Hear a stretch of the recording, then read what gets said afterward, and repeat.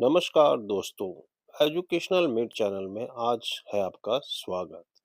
जैसे कि आज आप स्क्रीन पे देख पा रहे हैं, राजनीतिक विज्ञान 317 का हम एक सैंपल पेपर लेके आए हैं जो आपके एग्जाम के लिए बहुत ही महत्वपूर्ण होगा। हम ऐसा समझते हैं कि इसमें से कम 60% क्वेश्चन आ जाएंगे।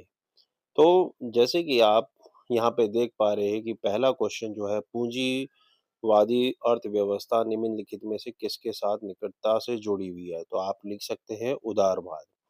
तो ये जो क्वेश्चंस है, ये आप अपनी नोटबुक में लिख लीजिए। एमसीक्यूज क्वेश्चन है, बहुत इंपॉर्टेंट इंपॉर्टेंट क्वेश्चंस लेके आए हुए हैं। ये जरूर आपके एग्जाम में आएंगे। जैसे लोकसभा के अधिकतम सदस्य कितने हो सकते हैं, तो आप इसका जवाब देंगे 543। और क्वेश्चन नंबर 10 में है, लोकसभा में वित्त विधेयक की किसकी अनुमति से प्रस्तुत किया जाता है? तो आप लिखेंगे राष्ट्रपति। तो ये जो शॉर्ट क्वेश्चंस है, एमसीक्यूज, ये जरूर आपको करके जाना है। इनमें से बहुत सारे क्वेश्चन आपके एग्जाम में मिलेंगे।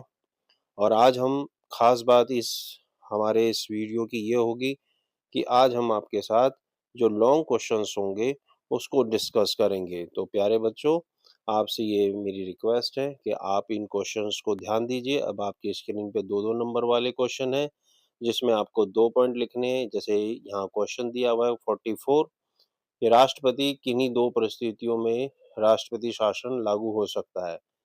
तो आप लिख सकते हैं, जब राज्य सरकार संवैधानिक प्रावधानों के अनुसार कार्य करने में असमर्थ हो, या जब राज्य में राजनीतिक अस्थिरता आ जाए।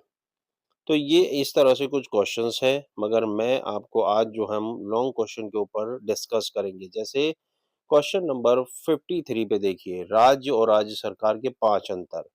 तो बच्चों, ये क्वेश्चन बहुत इंपॉर्टेंट है। पहले हम इसकी प्रस्तावना के ऊपर बात करेंगे कि राज्य और राज्य सरकार दोनों जो है अलग अवधारणा है। राज्य स्थायी संस्था होती है जिसमें जनता, क्षेत्र, सरकार, संप्रभुता शामिल होती है। सरकार राज्य का अंग है जो शासन चलाती है, जनता की नीतियों को लागू करती है।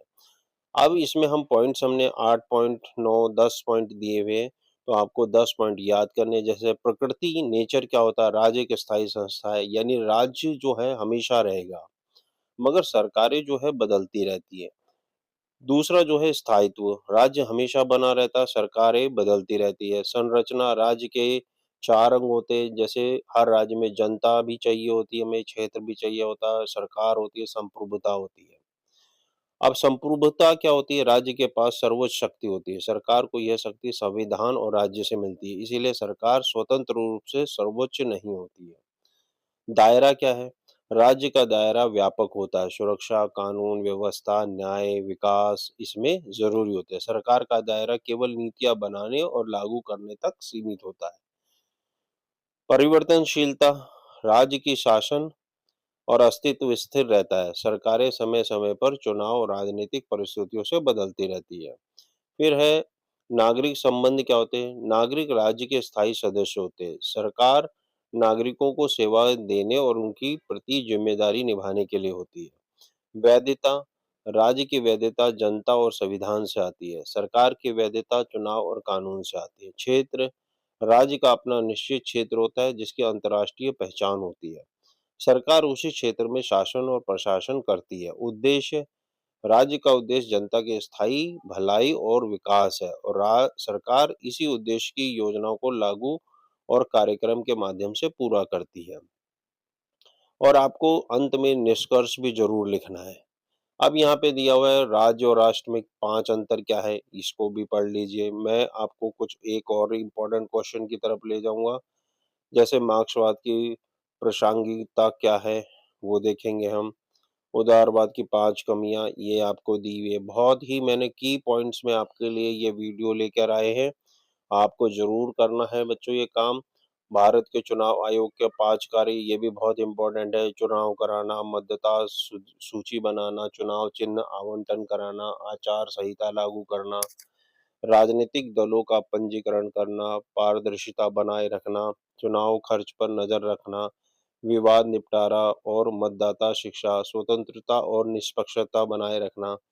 तो आप सबसे पहले, जैसे आप हम हमारे हर एक क्वेश्चन में देख पा रहे होंगे कि हम पहले प्रस्तावना लिखते, फिर उस क्वेश्चन में पूछे गए पॉइंट्स लिखते, फिर उसके बाद निष्कर्ष लिखते। तो आपको इसी ढंग से पेपर में भी आपको लिख कर आना है।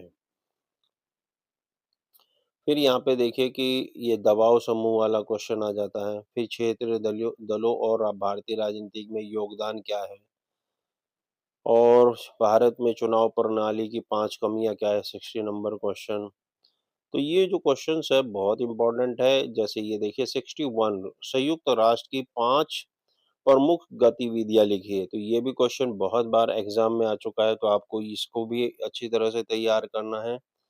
और पेपर जैसे कि 29 तारीख को है बेटा, तो आप लोग ये पेपर को जो हमने लिया है, इसको आप अच्छी तरह से अपनी कॉपी में लिख लीजिए, इसका स्क्रीनशॉट ले लीजिए और इसे कम से कम 3 बार ज़रूर पढ़ के जाना है। तो वीडियो को बेटा अंत तक देखिए, क्योंकि थोड़ा वीडियो ज़्यादा लंबा हो जाएगा, इसलिए हमने इसके कुछ इम्पोर्टेंट क्वेश्चन समझाए और बाकी क्वेश्चन जो है शॉर्ट उस पे हम आप उसको कॉपी में लिख के कम से कम 3 बार पढ़ के जाना, रिवीजन करके जाना। तो आई होप सो आपके बहुत अच्छे नंबर आएँगे। अगर आपको हमारी ये जानकारी महत्वपूर्ण लगती है, तो आप हमारे चैनल को सब्सक्राइब कीजिए ताकि आगे अन्य सब्जेक्ट पे भी हम ऐसे ही क्वेश्चंस लेके आ सकें। आपका एक छोटा-सा प्रयास जो है हमें मोटिवेट करता है और आपसे सहयोग की मैं अपेक्षा करता हूँ। धन्यवाद।